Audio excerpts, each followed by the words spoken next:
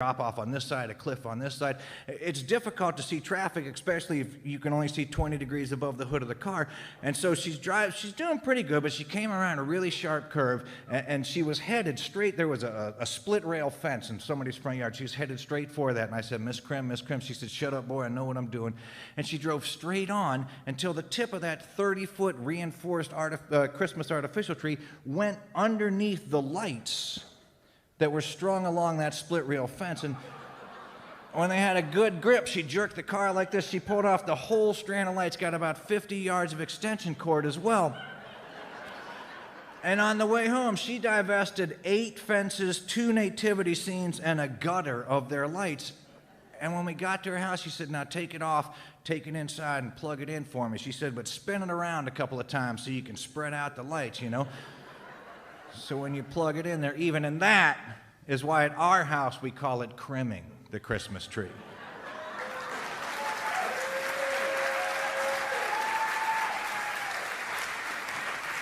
That's Bil Lepp. The Martha Bassett Show is supported in part by Hugh Chatham Memorial Hospital. Right. Hugh Chatham offers virtual care services 7 days a week from 8 a.m. to 8 p.m. Hugh Chatham Virtual Care allows you to access a healthcare provider at a time that is convenient for you. If you are in need of medical assistance, you may schedule your appointment with Hugh Chatham Provider by downloading the Hugh Chatham Virtual Care app by visiting hughchatham.org/virtual care. Also, we are very proud to announce our partnership with 3 Trails. That's your boutique hotel steps from the Reeves Theater. These folks are located in the recently renovated bank building on the corner of Bridge and Main. It's 3 Trails, part of the Carolina Experience. These folks have designed 14 units with a modern flair highlighting the building's architectural history. They also have a rooftop patio, and if you come to the Martha Bassett Show, you get 10% off your stay. Just use code Martha10. You can learn more at thecarolinaexperience.com. Let's get back to the Reeves Theater stage in Elkin, North Carolina with Martha Bassett.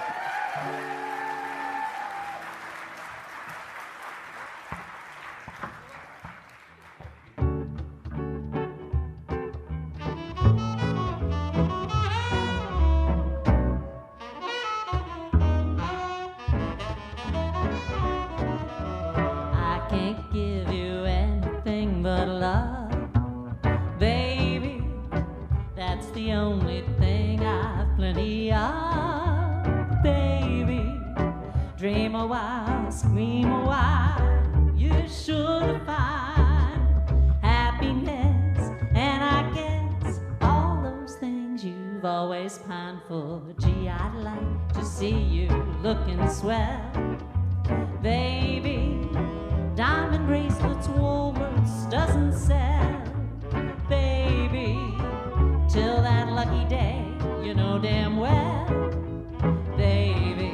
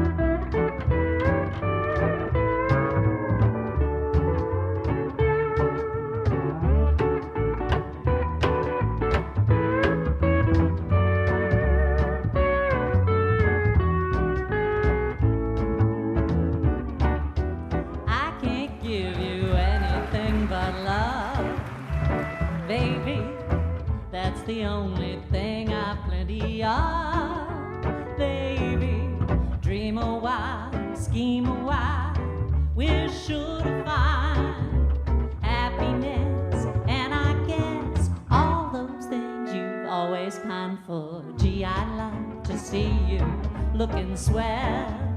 Baby, diamond bracelets, Woolworths doesn't sell. Baby, till that lucky day, you know damn well. Baby, I can't give you anything. She can't give you anything. I can't give you anything but love.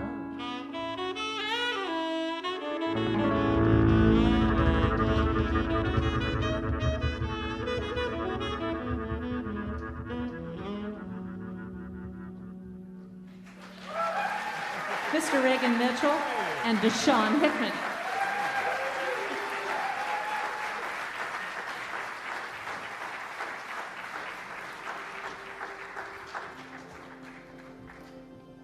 At age 44, Wes Collins and his wife Anita made a pact to become writers. She started writing fiction, and Wes penned his first song. A few years later, they were both multi-award winners in their fields. Collins more than makes up for lost time with songs so dense with ideas that a first listen only scratches the surface. Wes has played shows from coast to coast, including the Bluebird Cafe in Nashville, Tennessee, the Kerrville Folk Festival in Kerrville, Texas, the Reeves Theater in Cary, North Carolina, and many more. He is a winner of the prestigious Grassy Hills New Folk Competition and a North Carolina Arts Council Songwriting Fellowship, and has been featured as a finalist in the Telluride Troubadour Contest in Telluride, Colorado, the Songwriters Serenade Competition in Moravia, Texas, and the Wildflower Performing Songwriter Contest in Dallas, Texas. He's brought along an all-star cast with him to back him up tonight, including F.J. Ventry, Barry Gray, and Scott Dameron. Will you please welcome, for the first time on our show, Mr. Wes Collins. Hey, y'all. Thanks for coming. If you've been here back in, I don't remember, it was November of last year, you might have heard Ordinary Elephant playing a song called Jenny and James. This is a song called Jenny and James, and it goes like this. 1, 2, 1, 2, 3.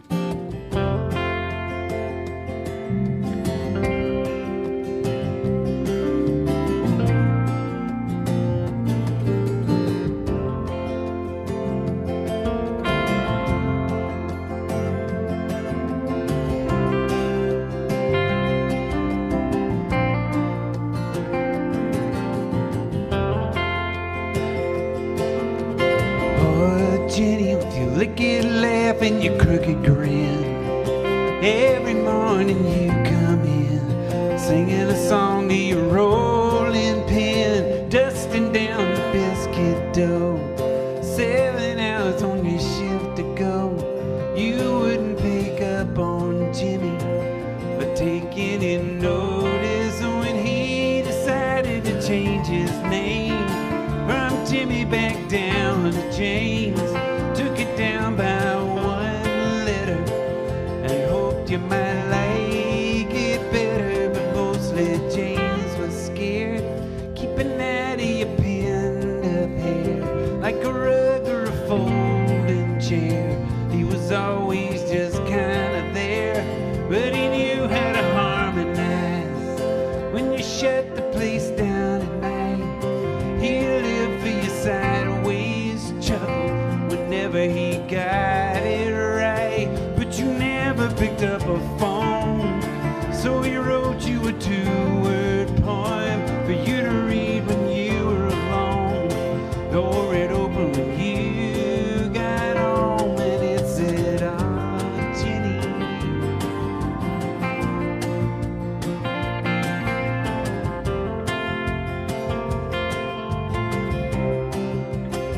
You could read what he didn't say, couldn't make yourself feel it face like he understood. But he quit with the harmony then, started going by Jimmy again. Taped his heart up along the tail, and you two had to leave it there.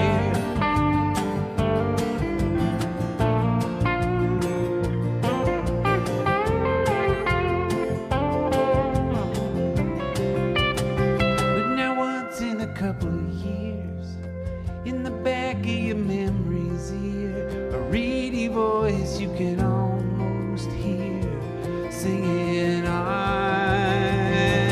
Ginny.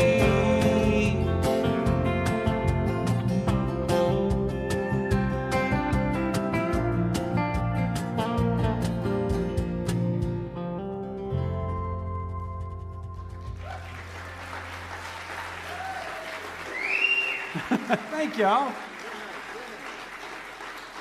Yeah, so Crystal and Pete and I we started a song together, and then they went away and finished their version, and I finished mine. So theirs is Jenny ampersand James, and mine is Jenny A&D James. In case you're out in the wild and you run across a Jenny and James and you need to identify them. So up until May of last year, I was a librarian by trade, and I am thank you. Now that I'm no longer a working librarian, I'm going to share one of my library secrets with you guys. I'm going to give you my patented shushing technique. So one of the things I learned as a librarian is that shushing people does not work. The sound shh is meaningless. It just makes more noise, right? So what you want to do is, if you're in a situation where you need people to be quiet and they are being loud, you're going to wait for them to look at you, right? And these people, they will look at you because these are terrible, terrible people, right? They're going to look at you, and when they look at you, you're ready for them, you're pointing right at them. And you hold their eyes, you never break eye contact.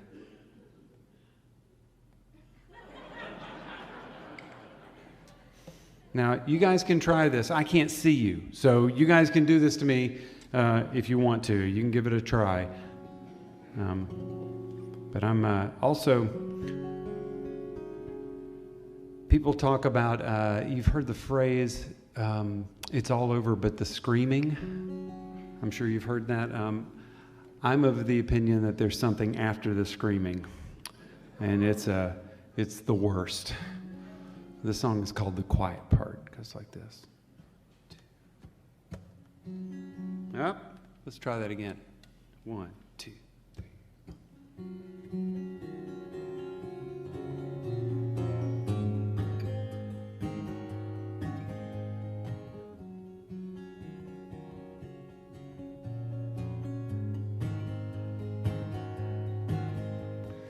You don't have to guess why I'm made out of chalk. It was a shake in your voice when you told me that we gotta talk. I haven't been around to meet your eyes for a while, so I hold on to the edge of the chair and I stick on a smile.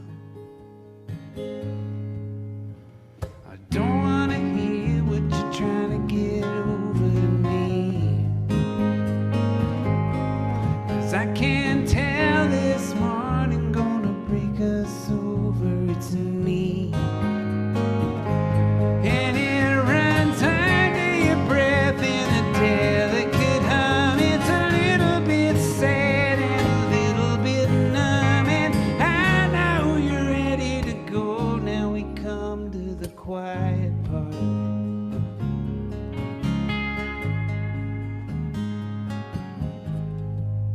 See,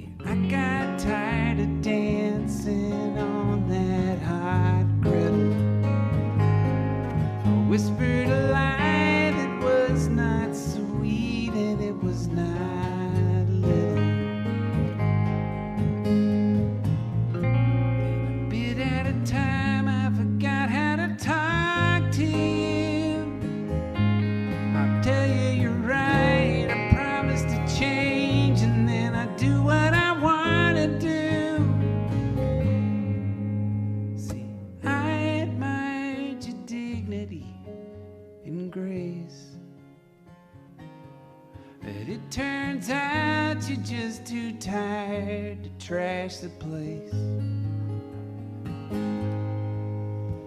I don't want to hear what you're trying to get over to me,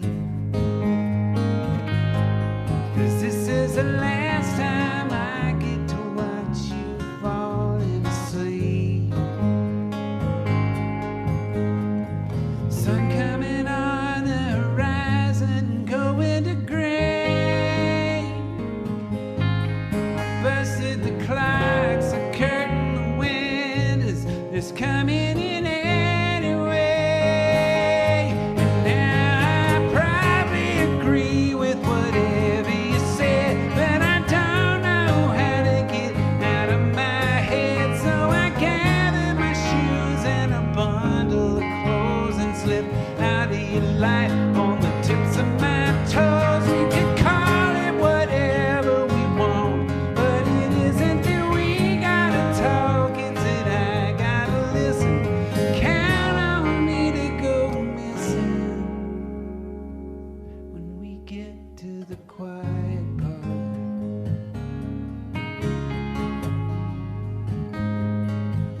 When we get to the quiet part.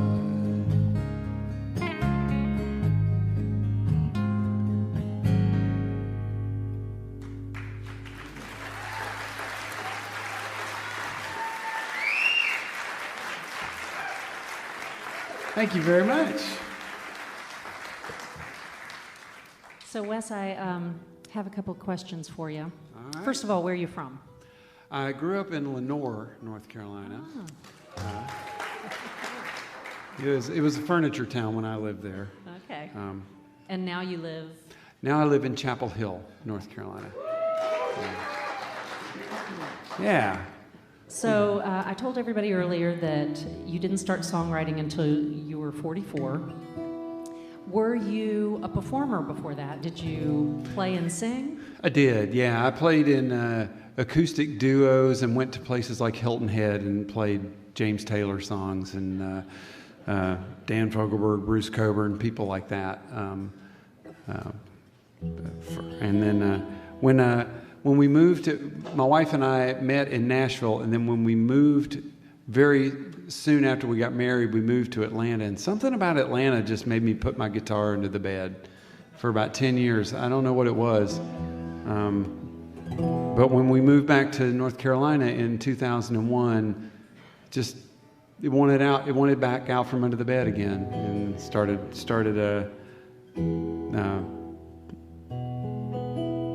playing again. What made you write songs? What was your inspiration? Well, I always wanted to write songs, but I was afraid to write bad ones. What would happen is that I would I would open my mouth, and the first thing that came out of my mouth would horrify me so much that it didn't occur to me that you could fix things, right? That you could just like pick the worst thing and make that the best thing, you know. And but the thing that really happened is that Anita, my wife, decided that she wanted to write prose, and she really felt strongly about it, and she was sick of hearing me talk about how I wanted to write songs. So she was like, I'll write a short story and you write a song, and stop complaining about not writing songs. And so that's what happened. And she Good job, she read me her first short story, and I was chastened into writing a song. We're all very happy about that. Tell us about this next song. Well, this next song, I was working on a song, and I was driving through the desert, and this image came into my mind of these people dressed in beautiful ballroom gowns and long, tuxedos, and their hair was unpinned, and their clothes and their hair were all swirling around them because they were underwater and presumably, dead. But the music that came with that particular part, I found it very compelling. I was in a car, so I had to hold on to it for 3 hours So I sang it to myself for that length of time, then finally made it to where I was going, got a guitar, and got it down. And This is one of my favorites, actually. the song is called Everyone Dances. It goes like this.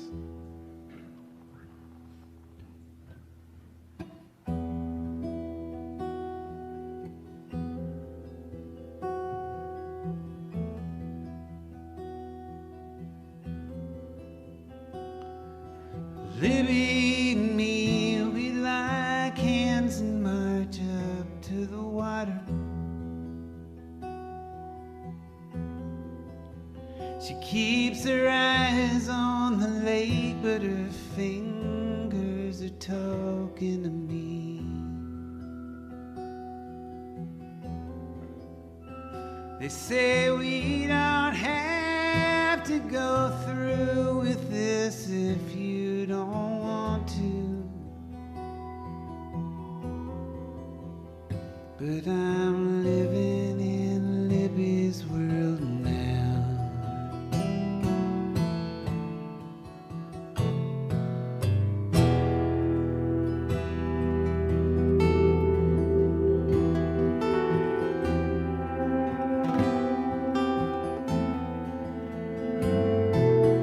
Libby takes all of the time in the world to do anything. So I'm nowhere near ready when she pulls us both over the rail. But she never lets go as the sky tumbles into the water. And the last thing I hear is some Native American name.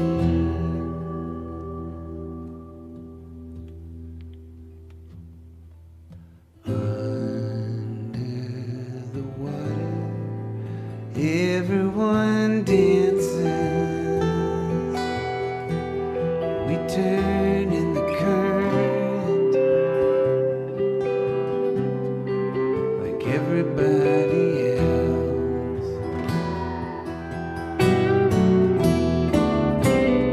Dance long enough, the music will come to you. Might get what you came for,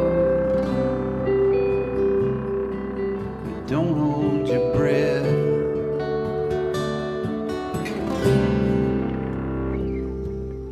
Libby ain't there when I come up for air.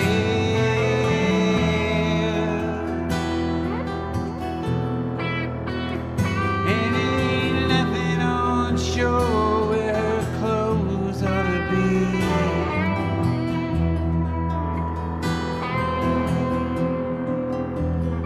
And I want so hard to stay this side and know her now. Go to call out a name, don't make a sound. Put a wish on the water to swallow me down. 'Cause I'm living in Libby's world now. And Libby's not home.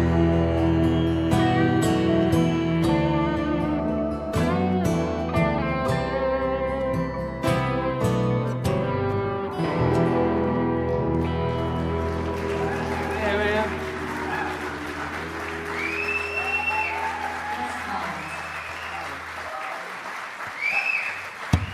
Folks, it's intermission time. We're going to take just a few minutes for you to be able to go out into the lobby and grab another drink or visit the merch table, and we'll see you back here in just a few minutes.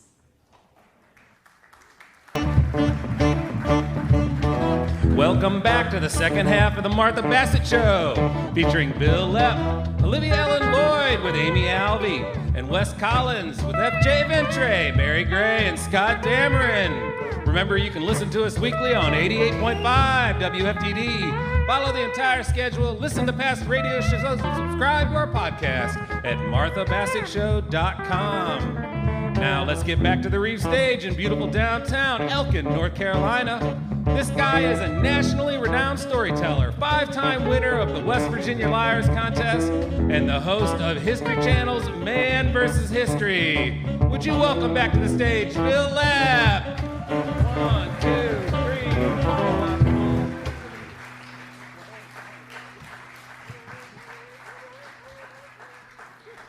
Hello.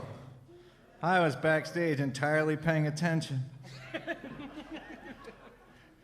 I was at Yosemite National Park, and I was staring up at Yosemite Falls, and I said to the ranger, "How tall is it?" And he said, 2,225 feet. And I said, "No, not above sea level. I mean, from the bottom to the top." And he said, 2,225 feet. He said, "But don't worry, you wouldn't feel much after the first bump." And I said, "Is there a trail to the top?" And he said, "Oh, sure, like he used to do it on his lunch hour." He said, "But you might have to post hole a little bit." And I said, "Oh, sure. Now, if you tell me something that you think I need to know, and my response to you is, 'Oh, sure,' you can be sure I have no idea what you're talking about." So I said, "How long is the trail?" He said, 3.5 miles. Well, I couldn't do it that day, but I came back to the park the next day. I got there about 1 o'clock. I parked in the parking lot at the trailhead, and I got changed in the car. I put on some wool socks and some running pants and some running shoes and a moisture-wicking short-sleeve T-shirt and a moisture-wicking long-sleeve T-shirt, and I had a lighter and my pocket knife and my driver's license, so they could identify my remains. And I went to the water spigot and I drank about 1 gallon of water because that's all the water I was taking with me. And I got ready to take my hike, and as I started, the first couple that I passed was an older couple, and they were coming down the hill. They had done their hike already. They'd clearly started at dawn. They looked disappointed that they had not run into Teddy Roosevelt or John Muir on the trail, and they had everything they had on was from Columbia or North Face or LL Bean. They had those baseball hats, but that have this stupid extra big bill, and then the flappy things in the back, and they had hydration packs, and they had vests with 1,000 pockets, and in those pockets were compressed bandages and Israeli quick clot solution and topographic maps and compasses and miniature solar panels so that they could heat their yurt that they had with them in another pocket. And then I'm sure that they had little baggies of their own waste, and they were, the worst part was they had those poles, right? They were just coming at me. And as we passed each other, they looked at their watches and they looked at me, and I could see the scorn in their eyes. They were saying, "You're starting this trail way too late, young man." Now, I don't know that they were thinking young man, but I like to think that they were. And I got to where the trail starts, like where it actually starts. And here's what you have to understand. It's 225 feet from the bottom of the falls to the top of the falls. You have to actually climb 2,270 feet to get to the top, and then you have to descend a little bit to get right where you can see the falls. So you have to go, 2,270 feet. That's about half a mile. The start of the trail, the trailhead, is 1 mile from the top of the trail. So you have to go 5,280 feet to go 2,270 feet. But the trail is 3.5 miles long. So to go 2,270 feet, you have to go 5,280 feet, but it takes 18,500 feet. How can that be? Well, if you look at the topographic map of that trail, which I did 3 months after I hiked it, you will notice that the contour lines are as close together as the rings on your thumb, like the fingerprint. And it just looks like a little kid's drawing of electricity coming down the side of this mountain. It looks like the EKG of a patient suffering from an electrocardiogram, right? I mean, it's just this, it's not a trail. The word trail doesn't belong in the Yosemite Falls Trail, because it's not a trail, it's a ladder. that goes into a spiral staircase that turns into one of those things you pull down from the attic, and then once you get closer to the top, it's just an ice-covered sliding board. That's all it is. So I was going up this trail. This is where they invented that horrible, horrible exercise called the mountain climber, right? Where you have to get like in the push-up position and then do this, because that's what you're doing all the way up. And it's at this point, it's kind of wooded, so you can't really see anything, but that's okay because you can't see anything anyway, because you have to keep your eyes on the trail, which is simple because the trail is right here. But I was passing people coming up, people going down, and they were, they weren't dressed like the first people that I met either. They had on various stages of clothing. Like there was this one guy just standing in the middle of the path with a New York Nets tank top and cut off corduroys and no socks and a pair of boat shoes, and I swear he was saying, I didn't even know the A train went to Yosemite. And then there are people wearing jeans, there were people in what I like to call national park casual, which means they never intended to get out of the car. So I'm passing people, and then you get about, like a mile up, and it quits going straight up for a second, and it even goes down a little bit, which I didn't want to do because I didn't want to go back up. And then you come out through the trees, and you're halfway up the falls. You're about 100 yards, and the falls is just coming. It's amazing. There's just all this mist in the air, and it's blowing everywhere, and there's all these little rainbows, and you're looking right down the Yosemite Valley, and you can see Sentinel Rock and Half Dome, and it is absolutely incredible, and there's people up there sitting on rocks smoking cigarettes. It's amazing. And for most people, that's as far as they go. Most people go that first mile of that grueling trail, and they see this absolutely beautiful sight of this magnificent waterfall from halfway up. They think to themselves, I have accomplished something. This was nice. I am going to turn around and go back down to my car. Most people are satisfied with that, and they turn around. Most people are smarter than me. Because I thought, I'm going the rest of the way up this thing, right? And this is also, incidentally, where the snow line starts. Now, it wasn't snowing, but there was about 3 feet of snow on the ground for the rest of the trail. Now, not a lot of people continue from that point, but enough people had that they had packed the trail down. So you're walking in kind of a ditch. The snow comes up to maybe your knees or mid-thigh. And so I'm walking up the snow-covered trail, and it's just starting to get steeper and steeper and steeper. And as I'm going, on both sides of me, there were little holes in the snow, maybe like an inch in diameter. And there'd be 2 of them or 3 of them together, kind of in a group, maybe an inch, inch and a half apart. Sometimes there'd be 4, sometimes there'd be a 5th one that was a couple of inches away, and I was wondering, like you do when you're hiking, what is that? What makes those holes? Is this some sort of like California snow worm? Is it an Arctic clam? What would make? And then I slipped, and I went like that. And you people on the radio listening are never gonna know. So now I'm climbing up there, and I'm finally, here's part of my thinking. Sure, I didn't start till 1, but it was March, so the sun wasn't going to set till 6, so that's 5 hours. I figured that's plenty of time to hike this trail. But I like to hike, I like to jog. I can run almost any mile in any circumstances. If I'm properly outfitted, I can run a mile in 10 minutes, no problem. I can run 3 miles in 30 minutes, means I can run 3.5 miles in 35 minutes, right? It's how long, and I thought maybe some of this trail is going to be uphill. So I might have to walk some. But I can do a 15-minute mile walk, and so I thought, tops, it's going to take me, maybe an hour if I stop and look around to get all the way up this trail. It's going to take me 45 minutes to get down. That was my thinking, 2 hours max. I read later, when I looked at the topographic map, that you should plan half a day. So now, I'm just dragging myself up this ice-covered cliff. I'm finally, at that point, actually doing about 6 miles an hour, but it was treadmill miles because my feet were going like this. Came around a curve, and then you can see the trail going up the mountain. It's just carved out of the cliff in front of you. This trail was built by a human being, 3.5 miles long, between 1873 and 1877. It took 4 years to build a trail that's 3.5 miles long. That's 14 feet of progress a day. That's it. That's how brutal this trail is.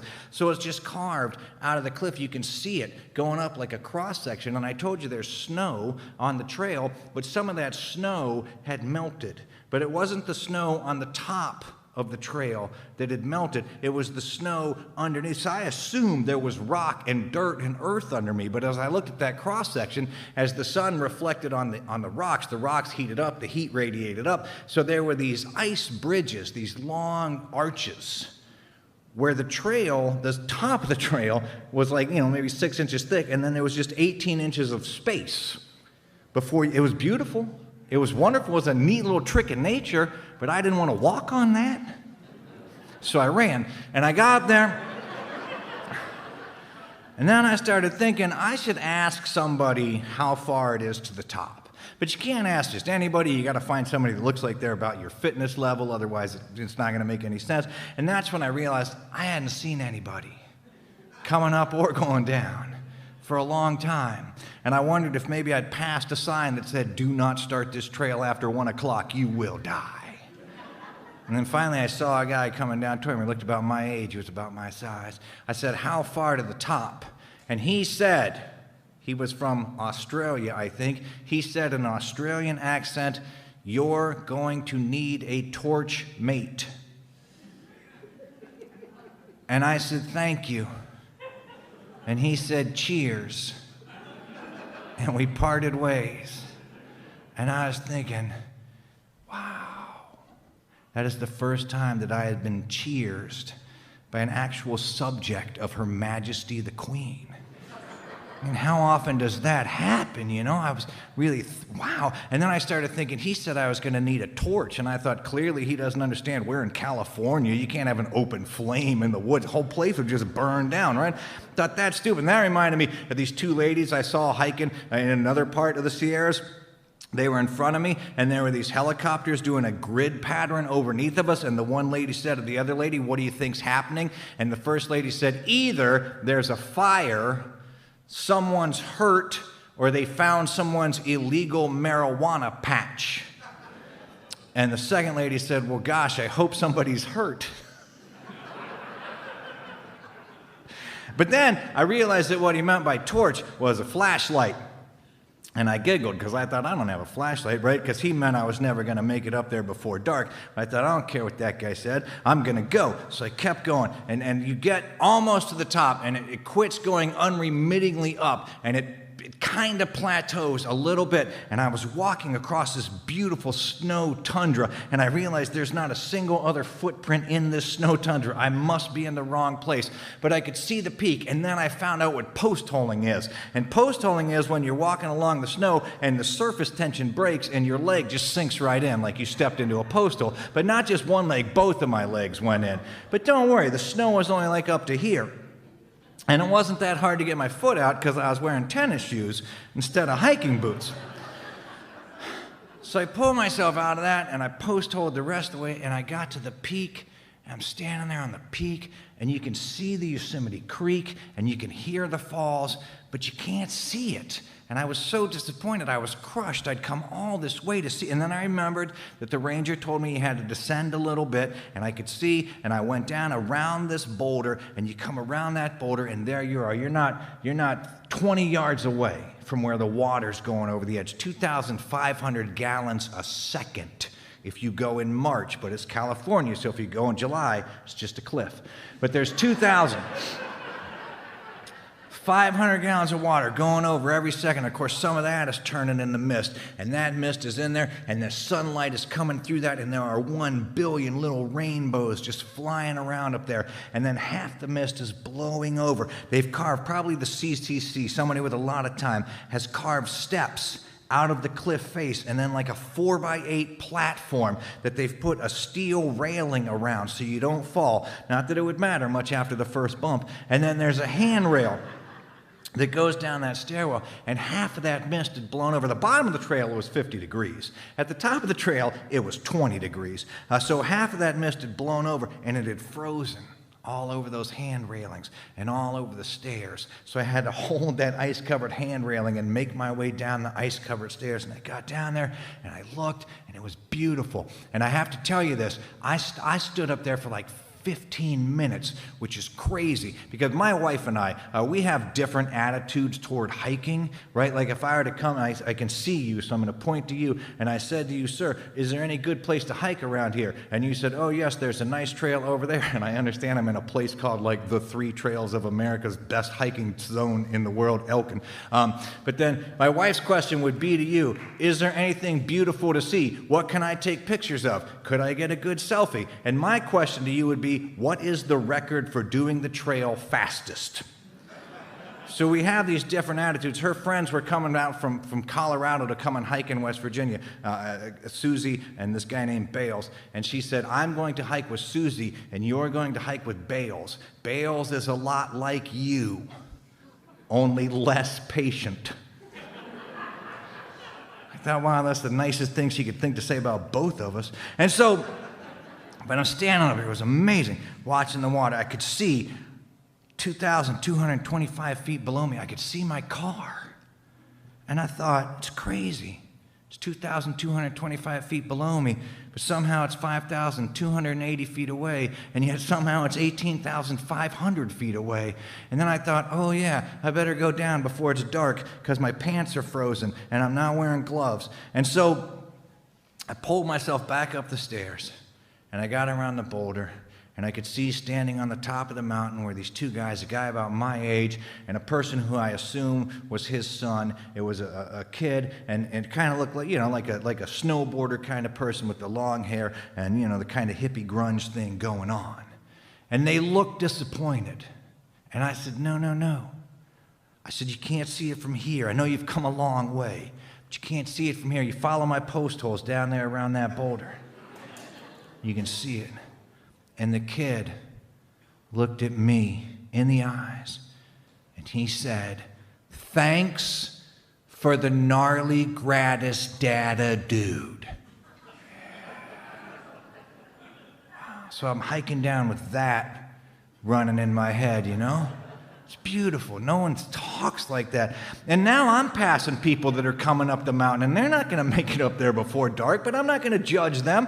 I'm not going to look at them with scorn. I don't care. They can make their own bad decisions. They don't need me telling them it's a stupid idea. You know, like I passed these 3 guys in Minnesota Twins t-shirts and shorts and untied high tops, and there was no reason to tell them not, because you could tell them, look, stop, quit. 100 yards from here, they're going to set off 50,000 tons of TNT to start an avalanche to kill a fire-breathing dragon. And those 3 guys would have been like, oh, geez, don't want to miss that, right? So let them go. And then I passed this couple, this young couple, and there was no way I was going to tell them they weren't going to make it to the top before dark, because I could see by the expression on that man's face that he had been hearing that since they left the house.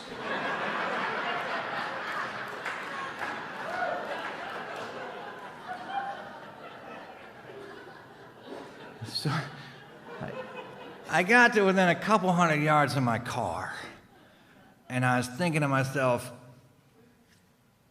did I hide the keys at the bottom, or did I lose the keys at the top?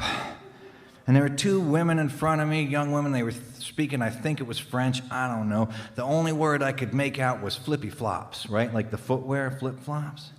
And they kept saying it, like they were having a discussion about whether they wished they had or they were glad that they hadn't worn flip-flops on the trail. And I thought, what a thing to take away. And I started thinking about John Muir. I'm sure you've heard it. You probably have the bumper sticker. It says, the mountains are calling and I must go. He wrote that after being up in those very same Sierra Mountains at Yosemite National Park. He was there in those mountains, and he came down and he wrote his sister Sarah, and he wrote to her, the mountains are calling and I must go. He wrote that about those very mountains, and I was thinking about that, and I love to hike. I love to be outside. I love to just be out there in nature doing stuff. I love the mountains. The mountains are calling. but I will tell you that at least temporarily, I have that number blocked. Thank you very much.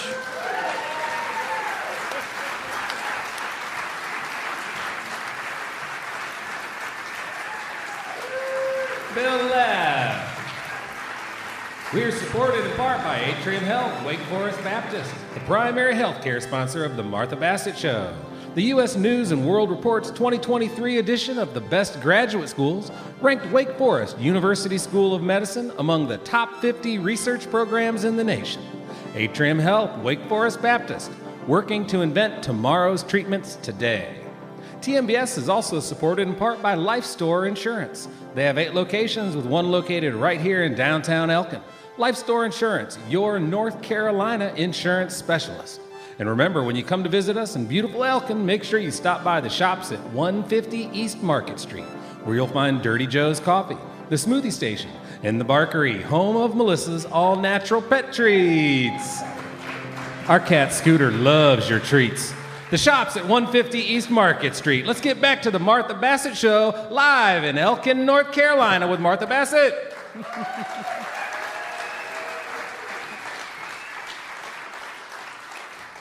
Please welcome back Amy and Olivia.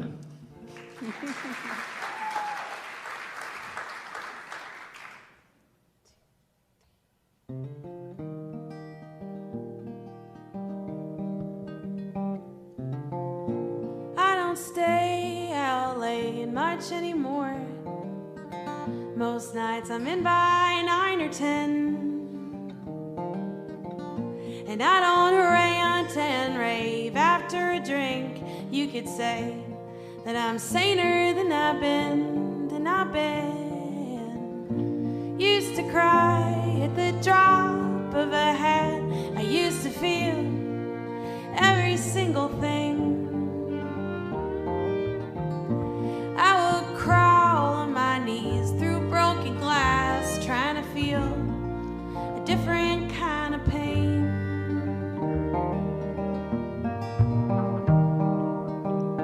But I don't dream quite as hard anymore. Oh, the drill don't feel as big as before. You were such a loose cannon, girl, you were such a loose cannon, flying high. I always wondered where you'd land.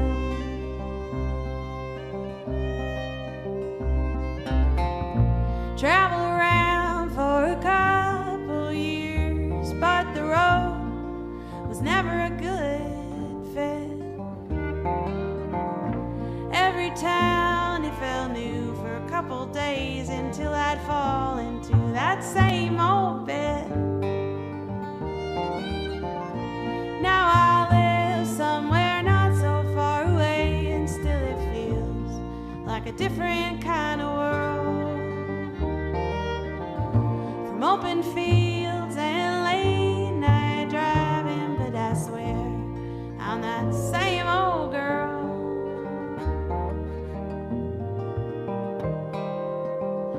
I just don't dream quite as hard anymore. Oh, the world don't feel as big as before. You were such a loose cannon. You were such a loose cannon, flying high. I always wondered where you lived.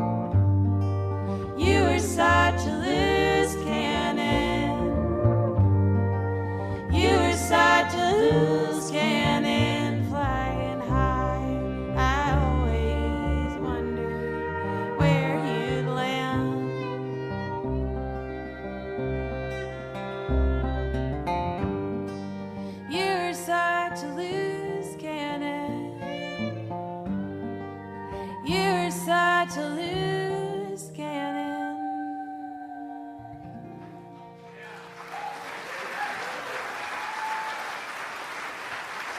Olivia Ellen Lloyd.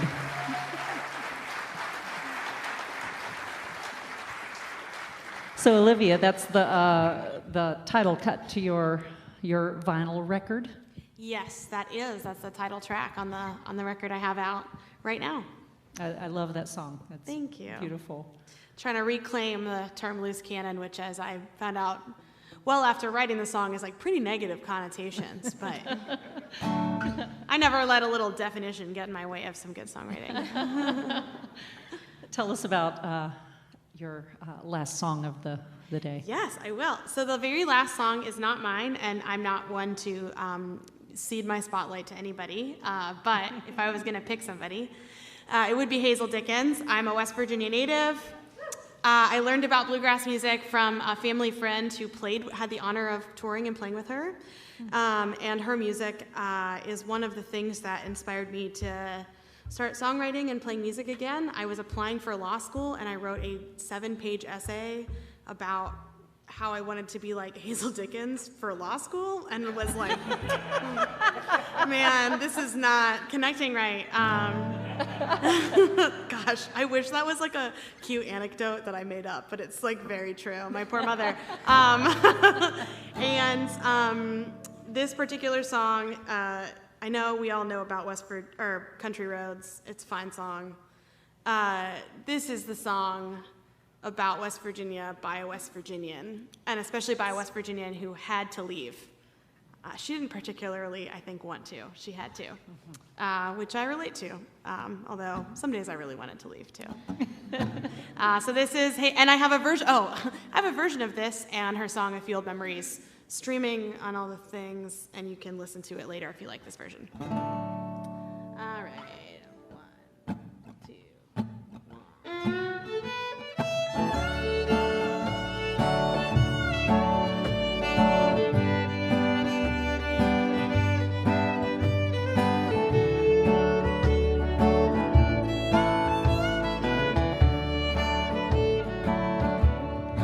West Virginia, oh my home.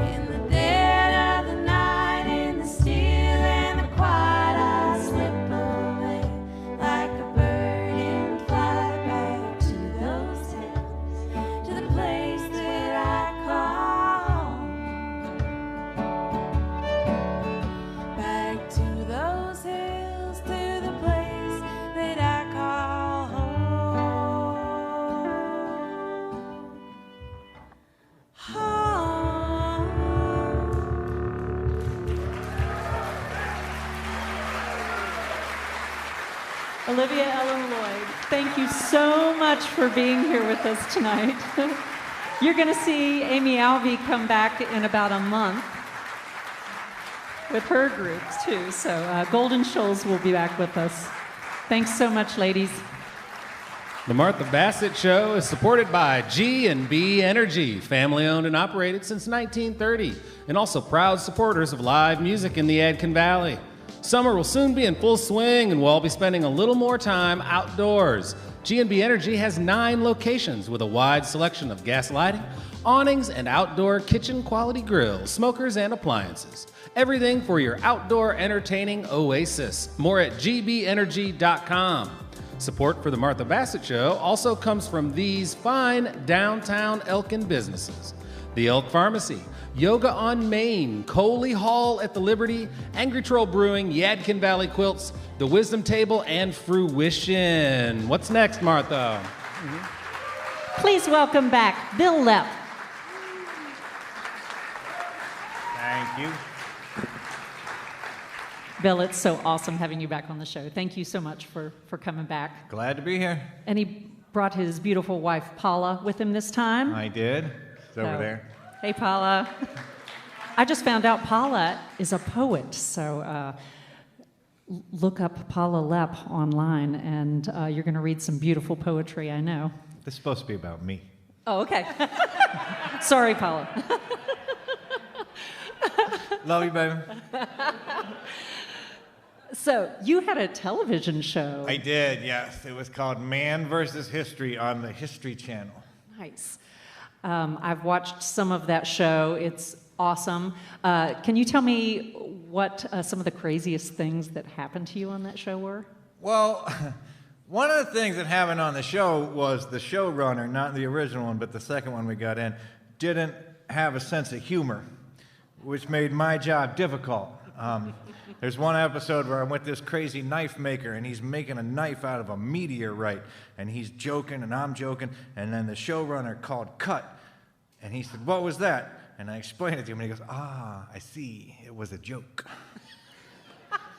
Which is why there's not a lot of humor in the show, or not as much as I would want. But the best thing about it was, if you're ever on television for any period of time, people think that you are an expert. And so I would get these emails. I got an email from a guy in Utah that he said he found Montezuma's treasure in Utah, and that there were gold nuggets the size of a Volkswagen, and he didn't want any money because he had gold nuggets the size of a Volkswagen. He just wanted me to tell his story. And also, just in case we needed like a B story, he had found the Ark of the Covenant in Arizona. Wow. That's talent. So that's out there, yeah. Wow. And then there was another lady that said she had been abducted by aliens 15 times, and that the press was not allowed to talk to her. Like, there's one just like the press guy at the top, and he's like, "Here's an edict, nobody talks to that lady." So she thought she could talk to me because I wasn't the press. But she had found out that God is an alien, and that God is telling the other aliens what to do. And she wanted me to take care of that. Yeah, that's reasonable. Sure. Sure. And you didn't put that on television. It didn't make it, because I didn't have any power to put things on television. They handed me this and said, "Say this," only they didn't hand me anything because it was unscripted. Okay. Well, I would be honored if you would tell us one more story. Thank you. Be happy to. All right. Bil Lepp.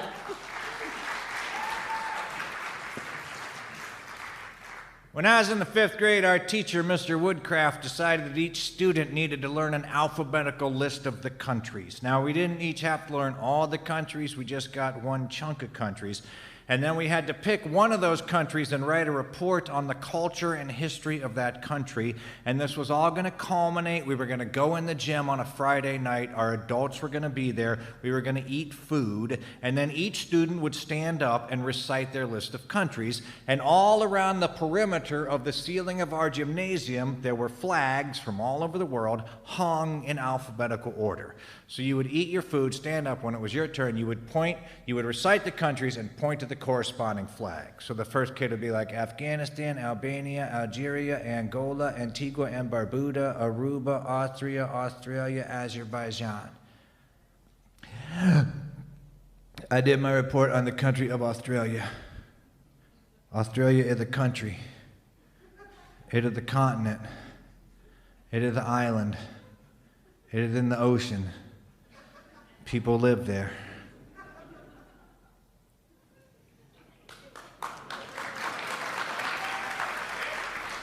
And then each child's adult would think to themselves, oh, our child is the smartest, brightest, most creative child in the whole school system. And they would all be wrong, except for my parents. So, every day in class, we had to stand up and recite our list of countries. We were in there one day, and the girl got up to the last several letters of the alphabet, and she said Vietnam, Venezuela, Virgin Islands, Wake Islands, West Germany, Yemen, Yugoslavia, Zambia, Zimbabwe.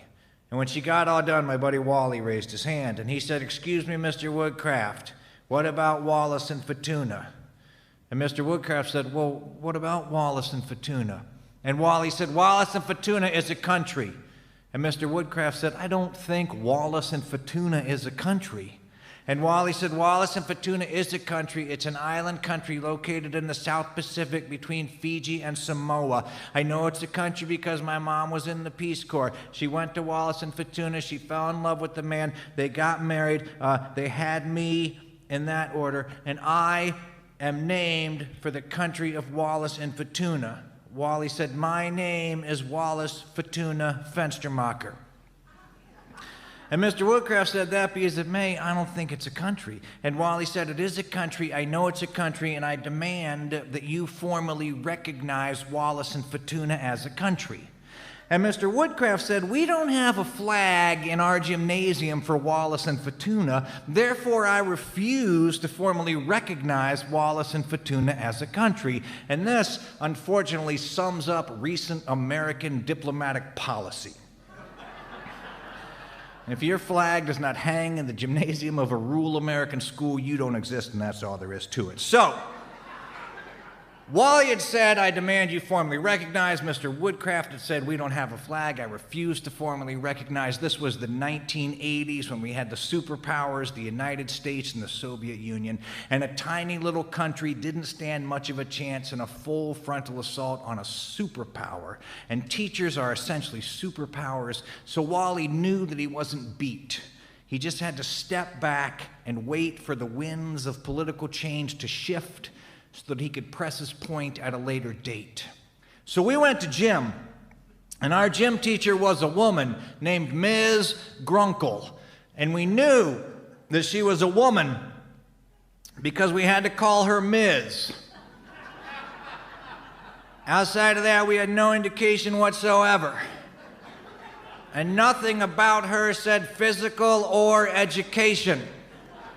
Except her outfit. She wore standard 1980s gym teacher clothing. She had a white polo buttoned all the way up to the bottom of her lowest chin. And then white polyester gym teacher shorts with the 3 metal buttons, tube socks pulled all the way up to her knees, prescription tennis shoes, a whistle, and a bullhorn. And she only communicated to us through the bullhorn. So if we were in the hallway, she would say things like, "Don't run!" And if we were in the gym, she would say things like, "Run!" It was very conflicting information. And I believe that she could walk. I think that she was ambulatory. She just chose not to. She had a little 3-wheeled electric scooter. And everywhere in the whole wide world that she went on that scooter. And if there was some place she couldn't go on that scooter, she didn't want to go to that place anyway.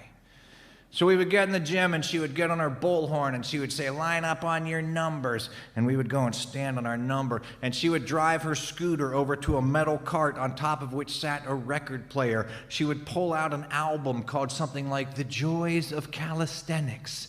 Put that on the record player, drop the needle, and we would hear a cheery voice that would say, "Let's do jumping jacks. Feet shoulder width apart, hands on your thighs, palms out, ready, 1, 2, 3. And Miss Grunkle would drive back and forth yelling at us, "Lepp, you call that a jumping jack? Fenstermacher, you're falling behind. Bart, show some enthusiasm."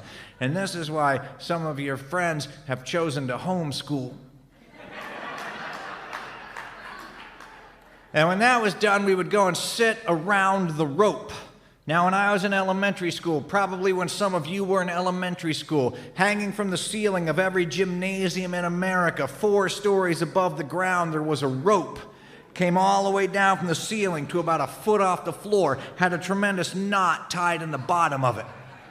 And as part of our physical education, we were supposed to climb all the way to the top of that rope, touch the ceiling, and then climb all the way back down. Very few students were strong enough to climb all the way to the top of that rope. Fewer still were strong enough to climb all the way back down. So what would happen is some kid would get up there 4 stories above the ground, touch the ceiling, and then one of 2 things would occur.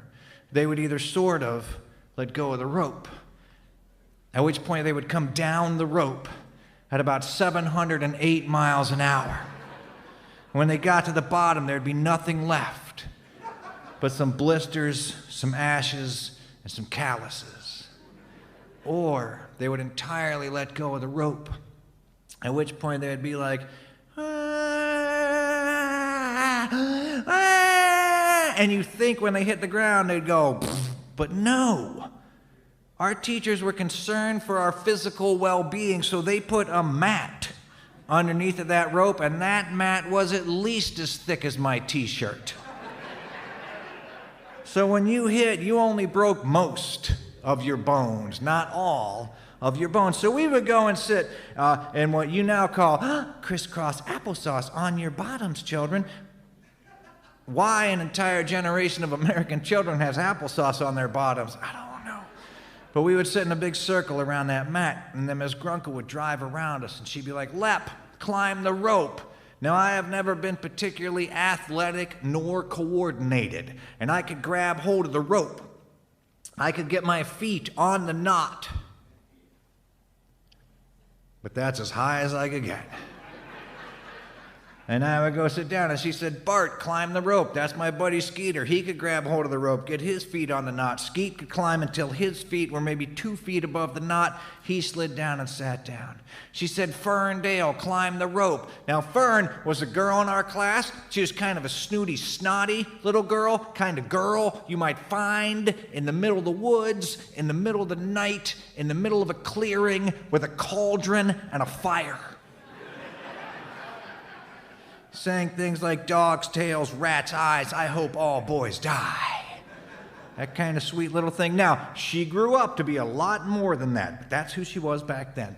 And Fern wasn't any stronger than the rest of us, but she got up, got her hands on the rope, got her feet on the knot, and Fern climbed until her feet were maybe 8 feet off the ground, and she just froze. I don't know if she got scared or ran out of strength or if it was a combination of both, but she was just locked with her feet 8 feet off the ground. And Miss Grunkle, in her kind and compassionate way, was driving around yelling, Ferndale, climb up or climb down. Ferndale, climb up or climb down. And the more she yelled, the more upset Fern got. And when Fern got upset, she started to cry. And when she started to cry, her nose started to run. And pretty soon her face was covered in tears and snot. And she needed to wipe her face, but her hands were way up here. So she couldn't get her face up to her hands. She couldn't get her hands down to her face. But she needed to wipe her face, so finally she was just like, right on the rope. Well, those ropes were abrasive. They were made out of raw jute, steel wool, and barbed wire.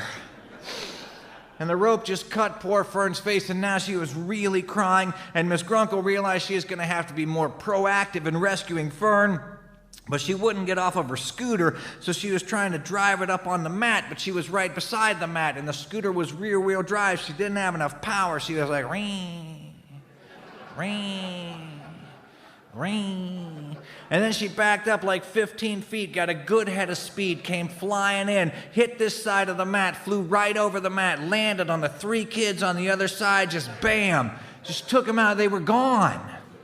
The janitor came in, sprinkled some of that red stuff on them. Got the big mop and pushed them away. We never spoke of those children again. And then Miss Grunkle figured out she could back up onto the mat, but she wouldn't get off of her scooter, so she couldn't get Fern, so she went to the intercom and she called Mr. Woodcraft, and Mr. Woodcraft got Fern down, and Fern got to go to the bathroom and do what you got to do in the 1980s. When you were upset at school, she got to wash her face with cold water, get a Kleenex, come back in, sit down, and deal with it.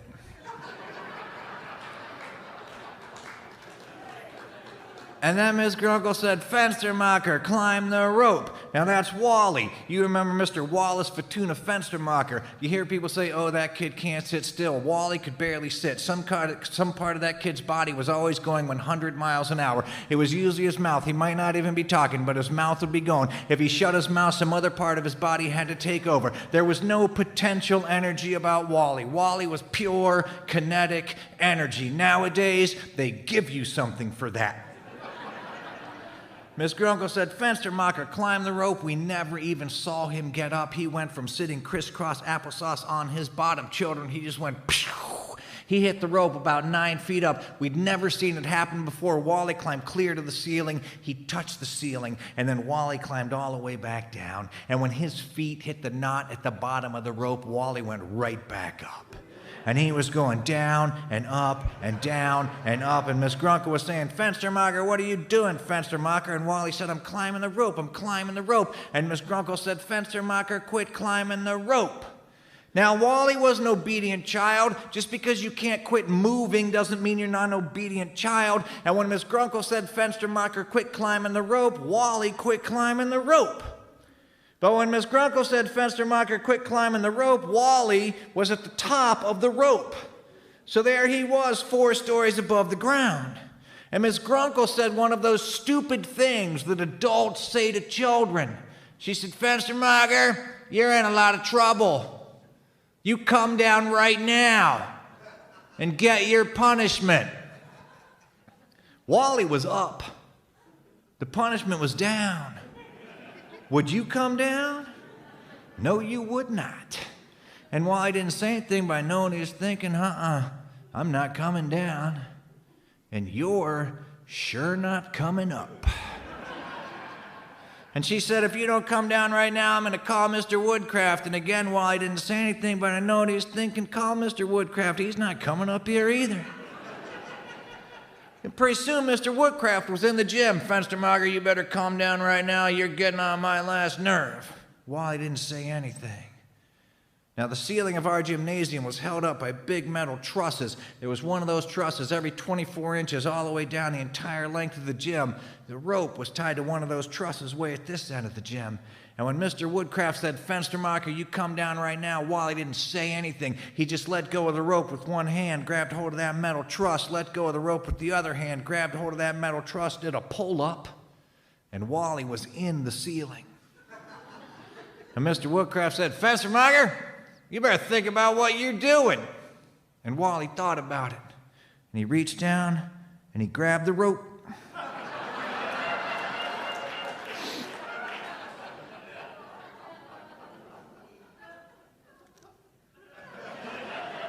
Now, nobody was going to get Wally down.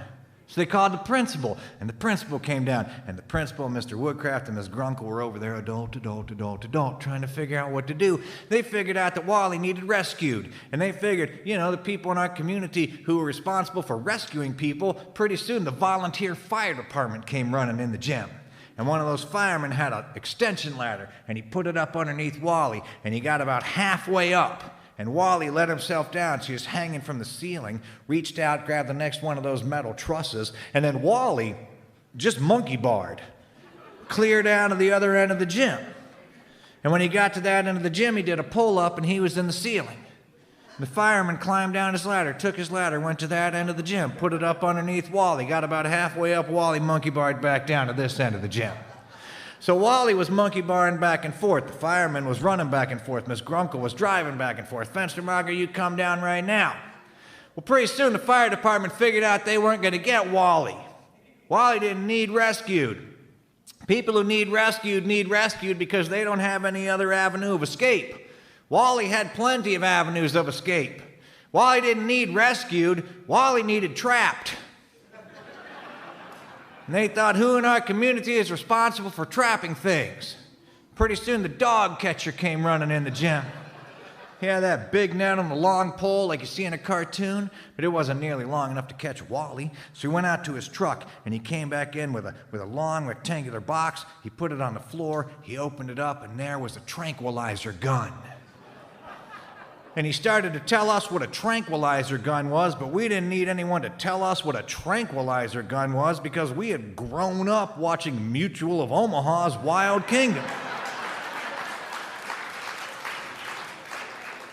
And every week on that show, there's Jim, you know, like in the back of a pickup truck, bouncing across the African savannah with a tranquilizer gun, chasing a white rhinoceros. And Marlon Perkins, safe in a studio back in New York City, saying, now Jim is going to shoot the white rhinoceros with a tranquilizer dart, but he's put just enough tranquilizer in the dart to subdue the white rhinoceros, but not kill the white rhinoceros. Be careful, Jim. And the humane officer was saying to us, I'm putting just enough tranquilizer in this dart to subdue Wally, but not kill Wally. Wally was hanging 4 stories above the ground. It didn't matter how much tranquilizer you hit him with, he was going to like that. So the fire department went out and they got their big net. So Wally was monkey barring back and forth. The firemen were running back and forth. Ms. Grunke was driving back and forth. Fenstermacher, you come down right now. And the humane officer was tracking Wally, and he fired and he missed. And I don't mean by a little. I mean, we were a rural West Virginia hunting community. He had to quit his job, change his name, and move to Ohio. We watched that dart go up, hit one of those beams, ricocheted, came back down, and it hit Ms. Grunke right in the shoulder, and she went over like a white rhinoceros. Bam! She was out cold. If he had hit Wally with that much tranquilizer, Wally would be more than dead. But when she fell over, she took her scooter with her, and she still had her hand locked on the throttle, so the back wheels were spinning her around. We were trying to get out of the way. Finally, the adults did what maybe they should have done in the first place. They called Wally's parents. And in a couple of minutes, Wally's mom came running in the gym, and she did what you would do if you thought your child was hurt in the gym. She was looking on the floor, where's my child, where's my child? And then she looked up, and there was Wally hanging from the ceiling. And she said, Wally, what are you doing? And he said, I'm hanging from the ceiling, Mom. And she said, Wally, why don't you come down? And he said, I'm not coming down, Mom. He said, I'm not coming down until Mr. Woodcraft formally recognizes Wallace and Futuna as a country. Mr. Woodcraft was all like, I'm not going to recognize Wallace and Futuna as a country. And Mrs. Fenstermacher, Wally's mom, she did not react in a way that the other adults anticipated or appreciated. She'd been in the Peace Corps. She liked a good protest. She said, you go, son! Fight for what you believe in! So Wally just did a pull-up. We went back to class. He lived up there for days. He lived up there like a bird in a box store. Our cafeteria and our gymnasium were the same room. Sometimes you'd be walking with your lunch tray and Wally would swing down, steal your fried chicken. If he ever needed anything, he'd drop us a note. We'd sneak into school after hours. He'd lower the rope. We had a basket tied on it. We'd put whatever supplies he needed. He'd pull it up. Finally, it was the night of the big gala. We were in the gym, our adults were there, we'd eaten our food, we were standing up, reciting our countries, pointing to our flags, reading our reports. Girl got up to the last several letters of the alphabet. She said, Vietnam, pointed to the flag for Vietnam. Vietnam, Venezuela, Virgin Islands, Wake Islands. And after she said Wake Islands, and pointed to the flag for the Wake Islands, but before she could say West Germany, and point to the flag for West Germany, Wallace Futuna Fenstermacher, unfurled himself from the ceiling. He was hanging upside down by his knees between the flags of the Wake Islands and West Germany. And he wasn't wearing nothing. And he had taken the paint that he asked me to send up, and he had painted himself to look just like the flag for the country of Wallace and Futuna. It has a white cross petit in the middle. It's a red background. The French tricolor's up in the corner. He's just hanging there, painted like the flag for Wallace and Futuna, hanging between the flags of the Wake Islands and West Germany. Whole place went quiet. Wally's parents stood up, and I know what they were thinking. They were thinking, our child is the smartest, brightest, and they were right. And then Mr. Woodcraft stood up, and he didn't say anything for a long minute. He just stared at Wally, painted like the flag for Wallace and Futuna, hanging between the flags of the Wake Islands and West Germany. And finally, after a long minute, Mr. Woodcraft rapped his knuckle on the table like he was hitting a gavel on a podium. And he said, well, I guess I formally recognize Wallace and Futuna as a country. And I think what we can learn from all of this is that even a seemingly insignificant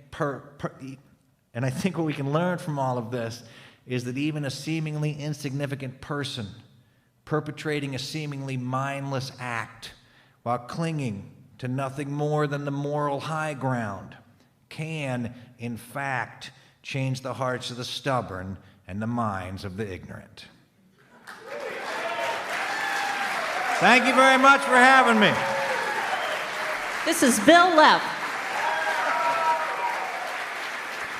Will you please welcome back Wes Collins?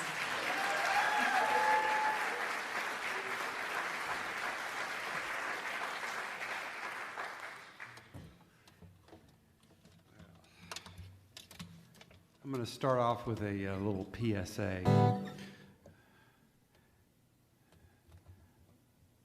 If you're lucky, when you're writing a song, you come up with a phrase that means more than one thing, and that can do kind of some of your heavy lifting for you as a songwriter. And I got lucky in this particular case. I found a phrase that means three things. And in this case, what we end up with is, like I say, a public service announcement that goes a little weird at the end. The song is called Look Out. It goes like this.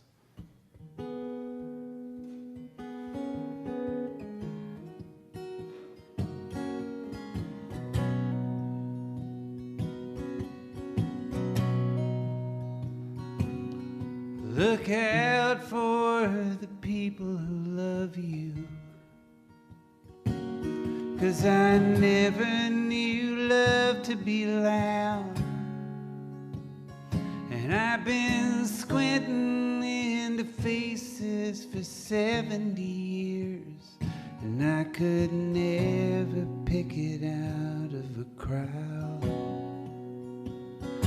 When your eyes acclimate to the carnival noise, you can make out the pretty from the true.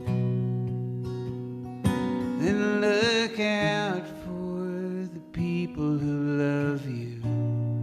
They're looking for you too.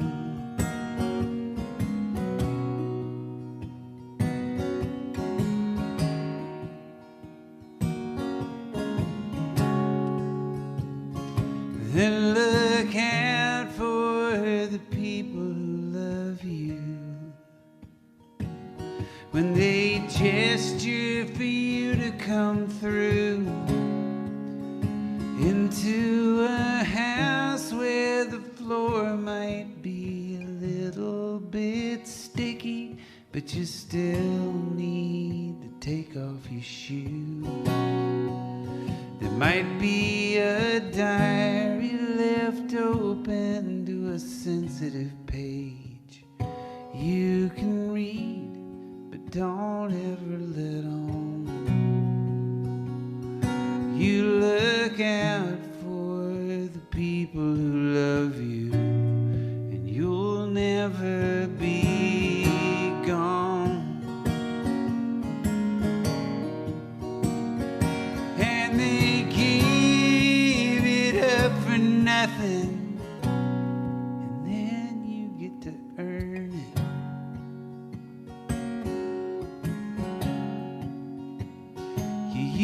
their hearts like a muscle, and just watch how they turn on you. And then, brother, look out for the people who love you,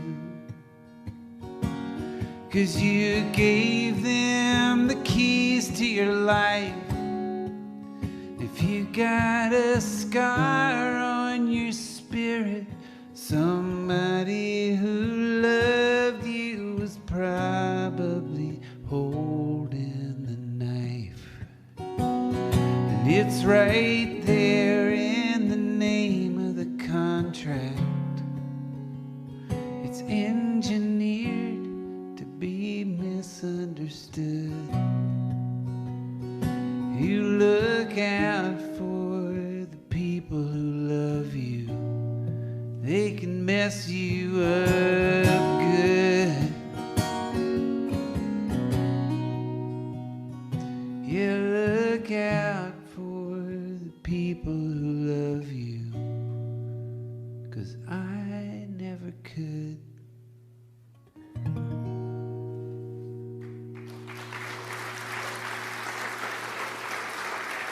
Thank you. We're going to get this amazing band back out here. Mr. F.J. Ventry, Mr. Barry Gray, and Scott Dameron.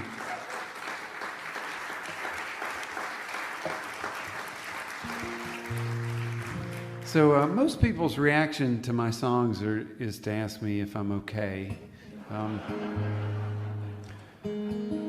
And in fact, I put a record out called Jabberwockies last June, and one of the first people to hear it is somebody whose musical taste I really admire, and I burned him a copy of the record, and I didn't hear from him for like a week, and after that week, he called me for some other reason, and I kind of pounced on him. I was like, "So what'd you think of the record?" And it was like this pregnant pause, and he was like, "Well, it sure is sad." And in his defense, it is. It's very sad, especially this song that I'm about to play you, which is what I think, the song I think inspired him to say that. Now, in my defense, I changed the lyrics to this song right before I recorded it. So the version that he heard and that you're about to hear is, in fact, very sad. Before I changed it, it was toxically sad. It was, if you want to hear the by prescription only lyrics, hit me up after the show. This song is called Cocoon. Are we good? All right. Take out in silverware all over the floor, and I can't get around here in my bare feet anymore. I had some ideas, I don't know where they are. They're probably rolling around in the floorboard of my car. Some people will never learn how to read a room, but I kept hoping that this was a cocoon, and I was gonna turn into something better pretty soon. That ain't what happened, I guess you know. Crack the wall if there's no place you wanna go. Some people never learn how to read a room. It's alright in the morning, gets dark in the afternoon. Hang on to your voicemail,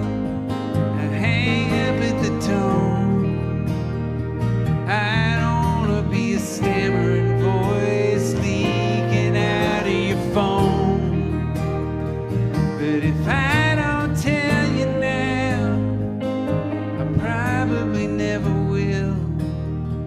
I'll try to get it down longhand if I can get the paper to hold still. But hear me out, the way I figure it, to get what you really want, the trick is you go for the opposite. Get what they hand you anyway, whatever you choose. You can't disappoint yourself too bad if you aim for the blues.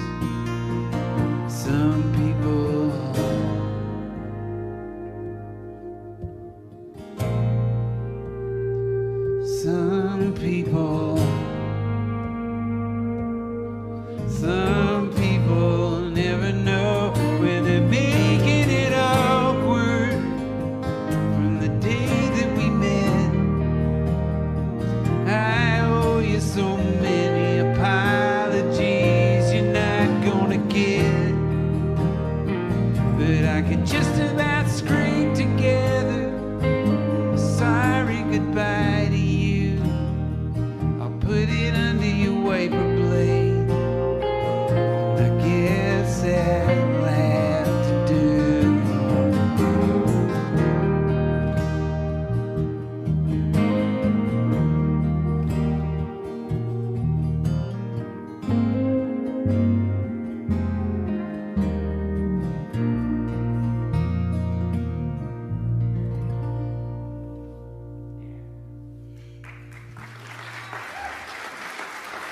Thank you so much. It has been such an honor and a pleasure to play here. I'm going to leave you guys. This isn't the last song of the night, but this is the band's last song here. I'm going to leave you with. This is what I usually close my shows with, and I'm just going to say that if you've ever been in a place where people tend to imbibe, and the band suddenly stops playing, or if you're near enough to the bar, you might hear this, and you'll pick up on the title of the song as we go along. It goes like this.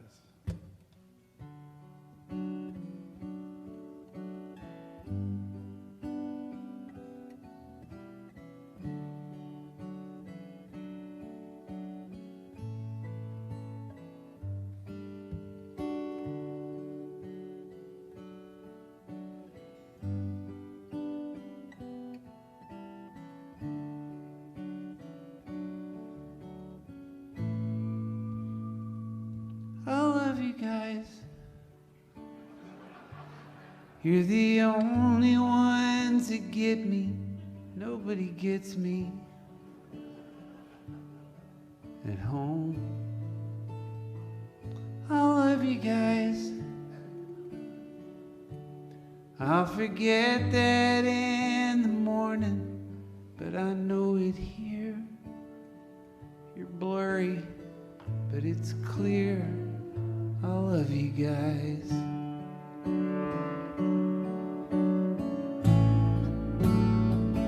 I love you guys. I'll tug on your awesome shirt and I'll say it right out loud. Right out loud. I love you guys. And I'll get clean up on this bar and I'll sing it out to you. And I get ready to. I love you guys. I get like this whenever I start thinking hard. Feels like I'm sinking hard. Either way I'm blinking hard. You don't give me that look like all the others do. It's only one or two. I get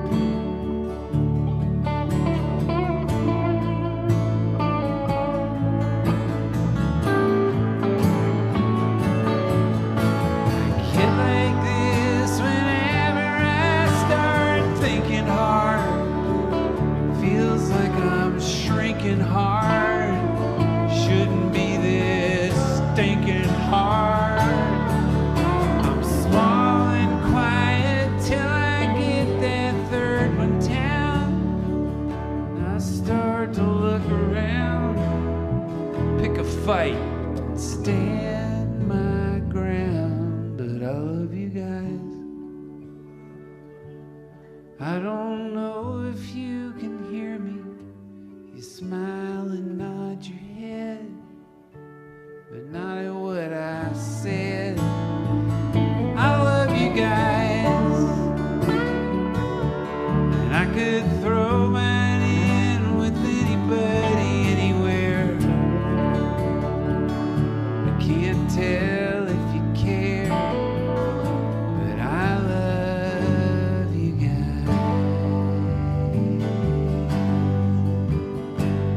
Thank y'all. We'll see you next time. Put your hands together for Wes Collins.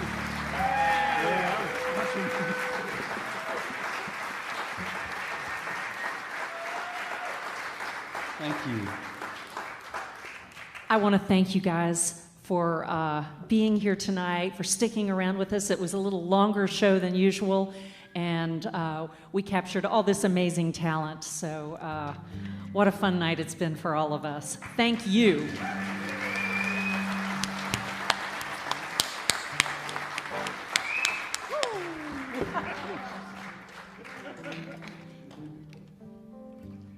Okay, so we will see you out in the lobby and after this song.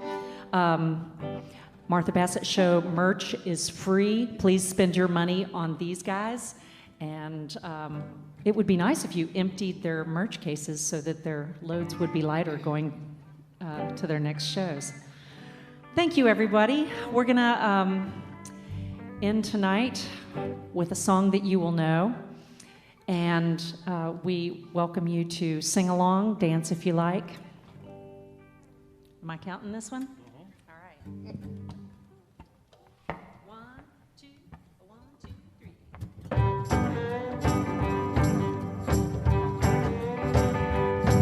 Get out of that bed, wash your face and hands.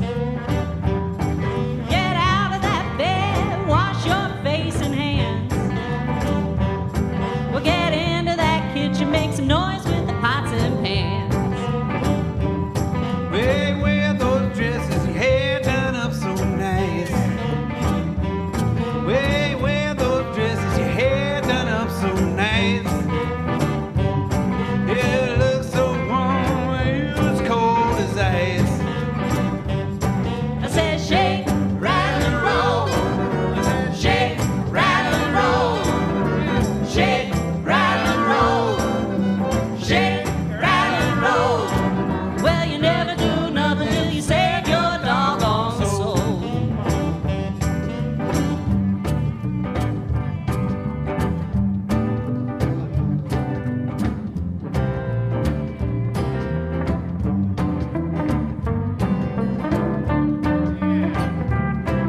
Take one more, Scott.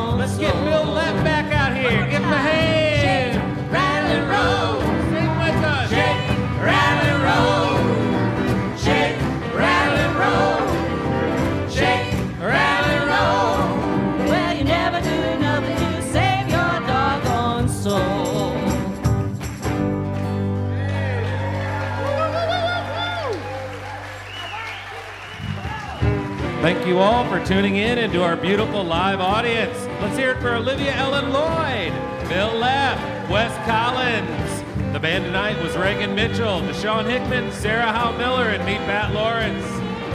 Artist accommodations are provided by Three Trails. A big thanks to the Reeves Theater. Jeff Irving, James Brickey, and Doug Williams of Electromagnetic Radiation Recorders handled the sound. Ben Singer, Nick Bassett, and Eric DeLager provided our video broadcast. Bevin Dyer managed the stage, and Danny Carr is out there selling the merch. You've been listening to the Martha Bassett Show. It's good music for good people. Thank you so much for joining us. Drive safe and come back and see us soon.